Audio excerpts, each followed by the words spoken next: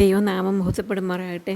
ഇന്ന് എന്നെ ശ്രവിക്കുന്ന എൻ്റെ എല്ലാ പ്രിയപ്പെട്ടവർക്കും നമ്മെ ചേർത്ത് കൊള്ളുവാനായി വേഗം വരുന്ന കർത്താവായ യേശു ക്രിസ്തുവിൻ്റെ നാമത്തിൽ സ്നേഹവന്ദനം.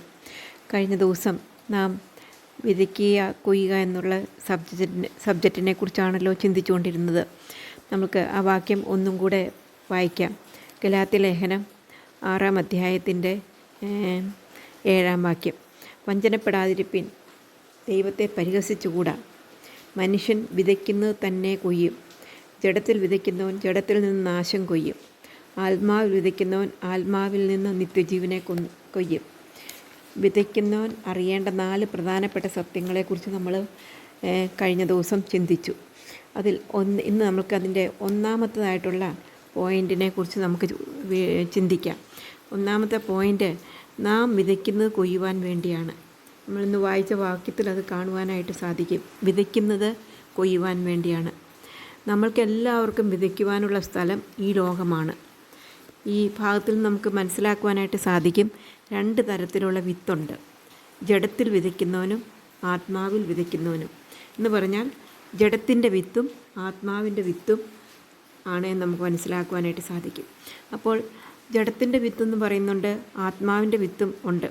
അപ്പോൾ നമ്മളുടെ ജീവിതത്തിൽ നമ്മൾക്ക് വിതയ്ക്കുവാനുള്ളത് ഈ ലോകമാണ്. 2 തരത്തിലുള്ള വിത്ത് നമുക്ക് ദൈവം തന്നിട്ടുണ്ട്. ഒന്ന് ജഡത്തിൻ്റെ വിത്താണ്, രണ്ടാമത് ആത്മാവിൻ്റെ വിത്താണ്. ജഡത്തിൻ്റെ വിത്ത് നമ്മൾ കൊയ്താൽ ജഡത്തിൽ നിന്ന് അതിൻ്റെ ഫലം കിട്ടും. ആത്മാവിൻ്റെ വിത്താണ് വിതയ്ക്കുന്നതെങ്കിൽ ആത്മാവിൻ്റെ ഫലം കിട്ടും. അപ്പോൾ നമുക്ക് ഈ ജഡത്തിൻ്റെ വിത്ത് ഏതാണെന്ന് ദൈവത്തിൻ്റെ വചനത്തിൽ നിന്ന് പല സ്ഥലങ്ങളിലും ജഡത്തിൻ്റെ വിത്ത് അല്ലെങ്കിൽ ജഡത്തിൻ്റെ പ്രവൃത്തി, ജഡത്തിൻ്റെ ഫലം, ഇതൊക്കെ നമുക്ക് വായിക്കുമ്പോൾ മനസ്സിലാക്കുവാനായിട്ട് സാധിക്കും. അപ്പോൾ നമുക്ക് ഗലാത്യ ലേഖനത്തിൽ തന്നെ 5-19 വാക്യത്തിൽ ജഡത്തിൻ്റെ ഫലങ്ങളെക്കുറിച്ച് നമുക്ക് കാണുവാനായിട്ട് സാധിക്കും. അവിടെ പറയുന്ന ജഡത്തിൻ്റെ പ്രവൃത്തികളോ അല്ലെങ്കിൽ ജഡത്തിൻ്റെ വിത്ത് ഏതാണെന്നോ അവിടെ പറയുന്ന ദുർനടപ്പ്, അശുദ്ധി, ദുഷ്കാമം, വിഗ്രഹാരാധന, ആഭിചാരം, പക, പിണക്കം, ജാരസംഘ, ക്രോധം, ശാഠ്യം, ദ്വന്ദ്വപക്ഷം, ഭിന്നത, അസൂയ, മദ്യപാനം, വെറുക്കൂത്ത്.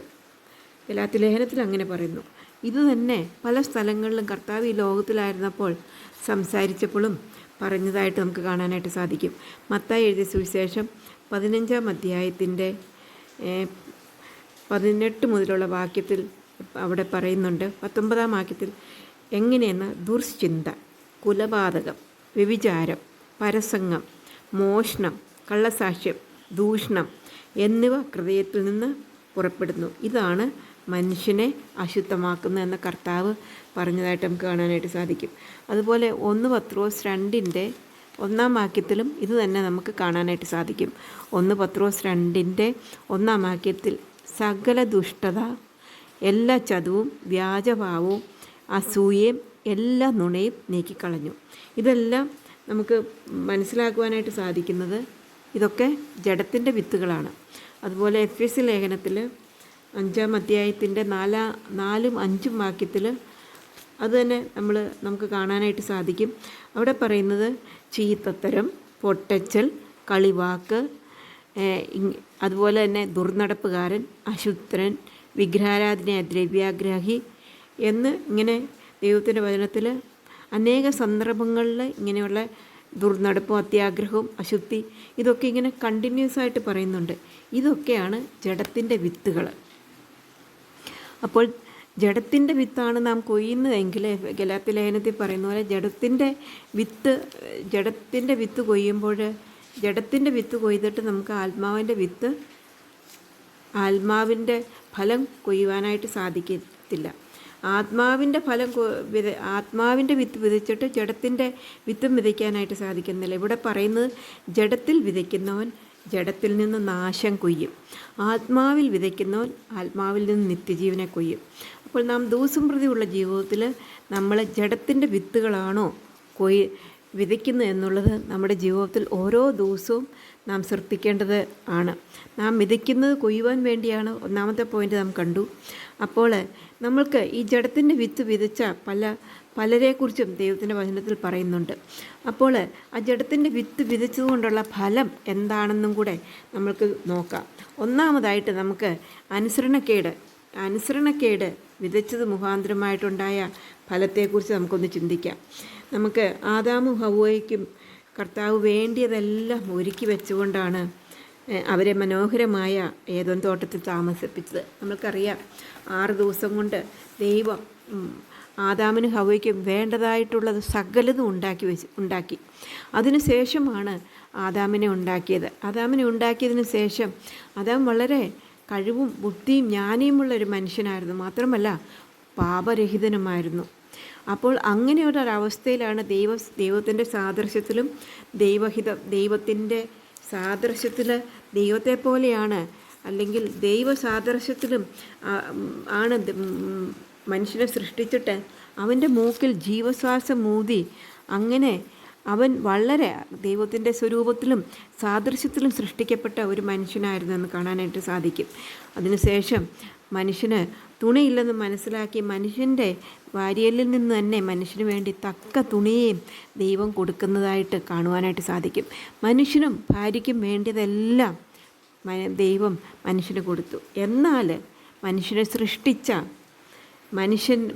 സൃഷ്ടിച്ച മനുഷ്യനോടുകൂടെ നടന്നിരുന്ന മനുഷ്യനുമായിട്ട് സഹിതമുണ്ടായിരുന്ന ദൈവത്തെ വേണ്ട എന്ന് വിചാരിച്ച് സാത്താൻ പറഞ്ഞത് കേട്ടു, അനുസരണക്കേട് കാണിച്ചു എന്ന് നമുക്ക് ദൈവവചനത്തിൽ നിന്ന് മനസ്സിലാക്കുവാനായിട്ട് സാധിക്കും.